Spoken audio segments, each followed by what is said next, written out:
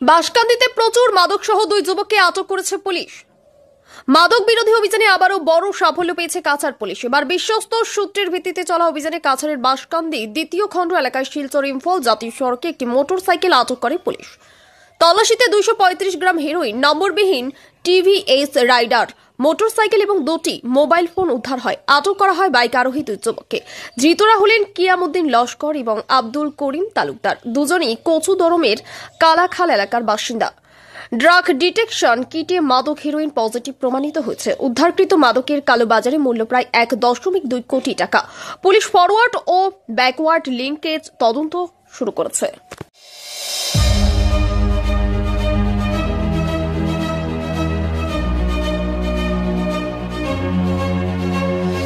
বাঁশকান্দিতে প্রচুর মাদক সহ 2 যুবককে আটক করেছে পুলিশ।